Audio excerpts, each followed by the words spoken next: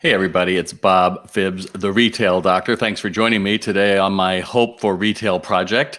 An awful lot of people are saying that brick and mortar is dead and no one is going to shop anywhere. I thought about that when I read that True Value hardware stores were up 15% in March. I guess people are going out to brick and mortar stores. We don't call them a digital native.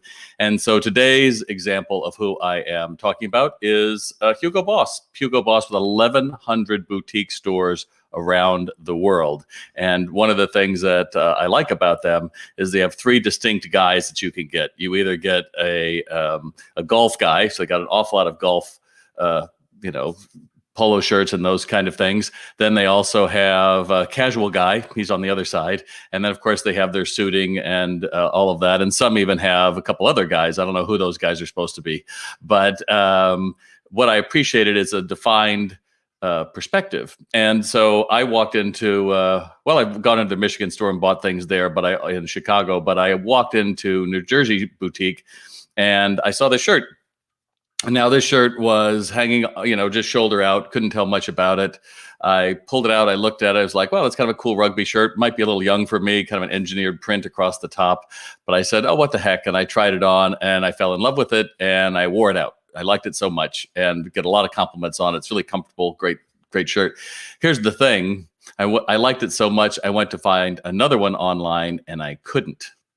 And not only that, it was nothing in that shape or anything like it. I happened to be in that store at the right time that day. And that is part of the reason why we go to brick and mortar stores, is to discover something we didn't know was out there. And so those of you who are working in Hugo Boss stores, just know you have an amazing design aesthetic, and that your loyal customers are going to be back again. You guys did 350 million last year, and there's an awful lot of us who are waiting for you to reopen. So I know it's a tough time, and I know that people are worried, and will the shoppers be back? Your loyal customers are going to be back. And remember, whoever you are that's your retailer, that people come back to stores to discover, and then we create our own story about how we bought that gift or bought that gift for ourselves. And that's how we remember your brand, is that experience. And you can't get that with a click, and you certainly can't get that anywhere else. So I hope you think about that as our project of Hope for Retail is in its third day. You can do the same thing, just pick a brand that you really like, have a story about it, use the hashtag,